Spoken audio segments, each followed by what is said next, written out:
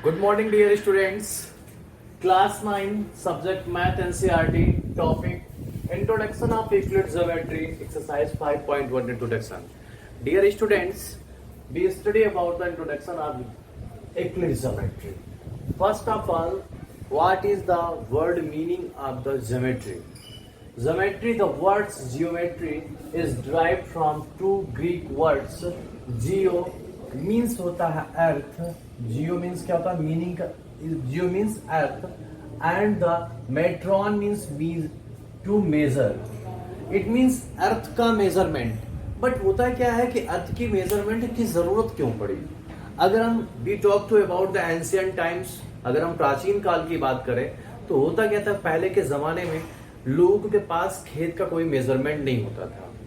नदी होती थी, रिवर होता था और रिवर के किनारे लोगों का क्या होता था, खेती बाड़ी होती थी. बाढ़ आया, पूरा ढक जाता था, तो धीरे धीरे लोगों ने उसकी बाउंड्रिंग करना शुरू किया. और बाउंड्रिंग करना अर्थात खेत की बाउंड्रिंग करना, क्षेत्र की बाउंड्रिंग करना, फिर अपने गांव की बाउंड्रिंग करना, इस हिसाब से एंशियंट टाइम से ये ज्योमेट्री चला आया. फिर एक मैथमेटिशियन आते हैं जिनका नाम था यूक्लिड्स, जिन्होंने यूक्लिड ज्योमेट्री, अपनी ज्योमेट्री थ्योरम्स, अपने ज्योमेट्रीज का उपयोग करके, प्रूव करके और उसका यूज करके ज्योमेट्री में एक क्रांति ला दी. मैथमेटिक्स में, मैथमेटिक्स के ब्रांच में एक क्रांति ला दी. तो उसी को आगे फर्दर हम प्रोसीड करते हैं. जियोमेट्री का मीन्स होता है geometrical. Geometry is the word from Greek, ये ग्रीक वर्ड है. जियोमेट्री मीन्स होता है meaning of the earth, Jio means होता है अर्थ एंड मेट्रॉन मीन्स होता है measurement. Geometry appears eight originated from need of meaning of lands. It means earth का measurement करना ही जियोमेट्री कहलाता है. जब हम अर्थ का मेजरमेंट करते हैं तो इसका मतलब ये होता है हम जियोमेट्री पढ़ रहे हैं. नाउ यूक्लिड ने कुछ वर्ड्स दिए, जिस वर्ड्स को हमने क्या किया, पोस्टुलेट नाम दिया, फिर एक्सियम नाम दिया. तो सबसे पहले बात करते हैं एक्सियम पे. Axiom applicable every part of mathematics. Axiom is applicable for every part of mathematics like algebra, trigonometry and statics, dynamics. तो जितनी भी मैथ, अगर हम कोऑर्डिनेट, कैलकुलस, जितने भी मैथमेटिक्स की ब्रांचेज होती हैं, पार्ट होते हैं, उसमें हम क्या यूज करते हैं, इसका एक्सियम का यूज करते हैं. It is applicable every part of mathematics. Now we talk to postulate, applicable only for geometry. Postulate only specially for geometry के लिए होता है, ज्योमेट्री में पोस्टुलेट का यूज होता है. Now next sum axioms of the Euclid's. Euclid ने कुछ एक्सियम दिए, कुछ एक्सियम दिए. पहला एक्सियम क्या है? First, things which are equal to same things are called are equal to one another. जो थिंग्स होती है, जो वस्तु होती है, एक दूसरे की अगर इक्वल है, things which are equal to each other, it means if, पहले के लिए if A equal to B, if a equal to b and b equal to c, therefore a equal to c. ऐसे में कितने a किसके बराबर हो जाता, c के बराबर. if a equal to b and b equal to c, then a equal to c हो जाता है. तो इट मीन्स, फिर से देखो एक बार, अगर a b के इक्वल है और b c के इक्वल है, things which are equal to same things are equal to one another, it means then a equal to c हो जाता है. ये पहला एक्सियम कहता है. ये किसी भी मैथमेटिक्स के कोई भी ब्रांच में इसका यूज हम कर सकते हैं. Next, if equals are added to equals.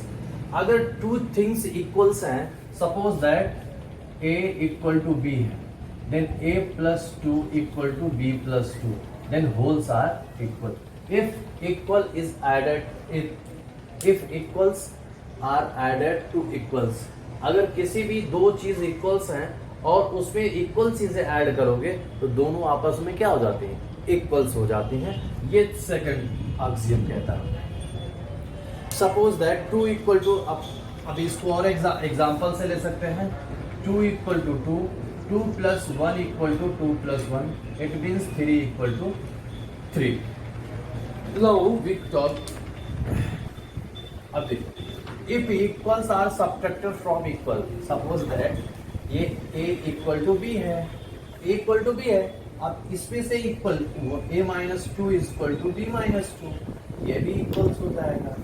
It means 3 equal to 3, 3 minus 1 equal to 3 minus 1, then 2 equal to 2 के इक्वल होगा। ये next things which are coincides with each other. Coincide मानी मेल खाते हुए, एक दूसरे से जब मेल खाते हैं, on another equal are equal to one other. अगर एक दूसरे से मेल करती हैं, अगर दो वस्तुएं एक दूसरे से मेल करती हैं तो वो एक दूसरे की क्या होती है, बराबर होती है, कोइंसाइड करती है। Wholes are is greater than part. Suppose that wholes is greater than part. ये होल्स है और इसका पार्ट ये है, ये हमेशा इससे ग्रेटर होगा। It means 100 is always greater then 10। 100 is always greater then 10। 100 का पार्ट 10 है तो 100 ऑलवेज क्या होगा, 10 से ग्रेटर होगा। So whole is always greater than the part. Now we talk to 6th axiom, things which are is doubled the same things. अगर दो things doubled है, they are equal to another. Suppose that things which are doubled, अगर दो चीजें equal है, suppose things which are doubled same things are equal to another. 2a equal to 2b, then a equal to b, this is equal. दो चीजें doubled है, 2a equal to 2b, then 2a equal to 2b। आर इसी का उल्टा कर सकते हैं, if a equal to b, then 2a equal to 2b। ऐसा भी हो सकता है, दोनों सेम चीज होते हैं। अब last axiom, things which are halved, it means a equal to, यहाँ पे हम चेक करते हैं, देखो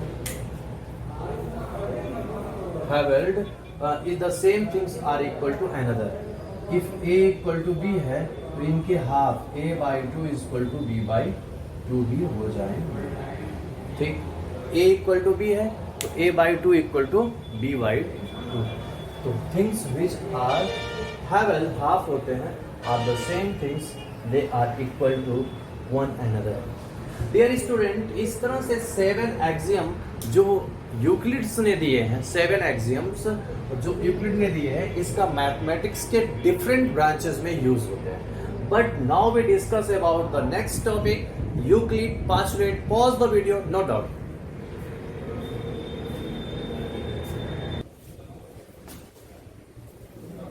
okay dear students, now we talk to Euclid 5th postulate. हमने अभी बताया कि एक्सियम 7 एक्सियम होते हैं। कितने एक्सियम होते हैं? 7 एक्सियम होते हैं। Now we discuss about the Euclid 5th postulate. First postulate, a straight line में be draw from any one point to another point. It means अगर हम बात करें पॉइंट क्या होता है, point is a exact location. Point क्या होता है? एक एग्जैक्ट लोकेशन होती है। Point have no thickness, no breadth, no height. So this is called the point. And line is the collection of point which can produce infinitely both side. Line point के connections, point के infinite number of points के collection होते हैं। इसको हम infinite तक क्या करते हैं? प्रोड्यूस कर सकते हैं। इसको इनफाइनाइट तक हम प्रोड्यूस करते हैं। तो ये लाइन की और पॉइंट्स की बारे डिफिनेशन आपको बता रही है। पर पोस्टुलेट क्या कहता है? A straight line may be drawn from any one to another points. It means किसी भी स्ट्रेट लाइन को ड्रॉ करने के लिए सिर्फ 2 पॉइंट की क्या होती है? जरूरत होती है। उसके बीच में हम 2 पॉइंट के बीच 2 पॉइंट से हम स्ट्रेट लाइन ड्रॉ कर सकते हैं। This is the Euclid first postulate. Now we talk to about the Euclid second postulate. A terminated माने खत्म, मतलब ending line. A terminated lines can be produce indefinitely. Can be produce indefinitely मतलब एक can be produce एक terminated line जो आपने suppose that ये line किया है, ये लाइन है, और इस लाइन को इन्फिनिटी तक क्या कर सकते हैं? 2 पॉइंट्स हैं, एक पॉइंट्स ये है और एक पॉइंट्स बी है। इस लाइन को इन्फिनिटी तक हम ड्रॉ कर सकते हैं। तो इसको हम कहते हैं ए टर्मिनेटेड लाइन, मतलब इसके दोनों पॉइंट इंट हो चुके हैं। यहाँ पे हमने दो पॉइंट इनके बीच में एक लाइन ड्रॉ किया है। अब इस दोनों लाइन को हम इन्फिनिटी तक क्या करते हैं, एक्सटेंड कर सकते हैं, एक्सटेंड कर सकते हैं। तो इसको second postulate terminated line can be produce indefinitely. आपको बताया था पार्शुलेट का यूज ओनली फॉर ज्योमेट्री होता है, not for other mathematic branches. Now we talk to third postulate. A circle can be draw, एक circle can be draw with any centre any radius. Circle हम क्या कर सकते हैं, किसी भी सेंटर का किसी भी रेडियस का ड्रा कर सकते हैं। सर्किल किसी भी सेंटर के और किसी भी रेडियस का हम ड्रा कर सकते हैं। ये बात कर रहे हैं, ये डबल डैश ये R2 है। तो कोई भी रेडियस होगा, कोई भी सेंटर्स होगा, हम उसको सर्किल्स को ड्रा कर सकते हैं। तो इस तरह से हम बात करें, first postulate, a straight line में be draw from any one point to another points. Second postulate, a terminated line can be produced infinitely. And third postulate, a circle can be drawn any center, any radius.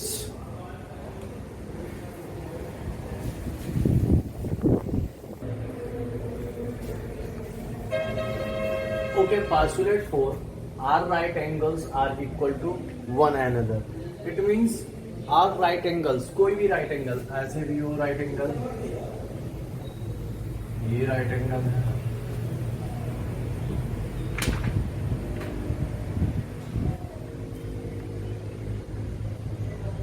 ये ए, ये ओ, ये B, ये सी, ये ओ, ये D, ये right angle है, ये right angle है, E O F. All right angles is equal to each other. It means angle AOB equal to angle COD equal to angle EF equal to, सबसे important postulate fifth, very most important. If a straight line falling on two straight lines, किसी दो straight line पे कोई तीसरी straight line fall होती है।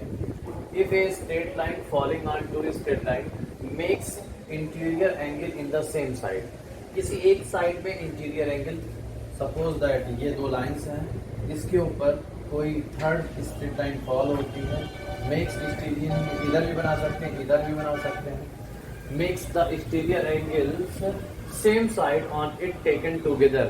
अगर उन दोनों को एक साथ ले लिया जाए, then it is the less than right two right angle. Two right angles का मतलब क्या हो गया, 180 डिग्री। टू राइट एंगल्स का means 180 degree. It is less than two right angle, then two straight lines if produce indefinitely. अगर इन दोनों straight line को हम प्रोड्यूस करें definitely, then meets in that side on which sums of angles is less than the two right angles। वो दोनों straight line एक दूसरे से मिल जाएंगे अगर उनको हम इंडेफिनिटली तक बढ़ाएं। इट मींस यहाँ पे दो, हम एक ही साइड के दो एंगल्स लेते हैं, angle 1 plus angle 2, here is angle 1 plus angle 2 is less than 180 degree, then we extend here, they are meet at point O। It means अगर आप ये दोनों एंगल से लेस देन 180 डिग्री लेते हो तो इसको भी एक्सटेंड करोगे तो किसी ना किसी पॉइंट्स पे ये भी मीट करेंगे। ओके डियर स्टूडेंट, इस तरह से हमने Euclid fifth postulate, axioms and what is the theorems. Now एक टॉपिक आती है थ्योरम्स और एक्सियम, पास्टुलेट्स और लाइन एंगल्स। तो मैंने लाइन की डेफिनेशन आपको बता दी, पॉइंट की डेफिनेशन बता दी, और फिर बात करते हैं parallel line. If two line have make same distance, this is known as the same distance to each other, this is known as the parallel line। ये parallel line है। दूसरी intersecting line होती है, if two line intersect to each other, this line is known as the intersecting line। Concurrent line, if two line is intersect, if two or more line intersect at a point, this line is known as the concurrent line, half line, parallel line, concurrent line, intersecting line, many lines. तो dear students further proceed करते हैं exercise 5.1. Thank you.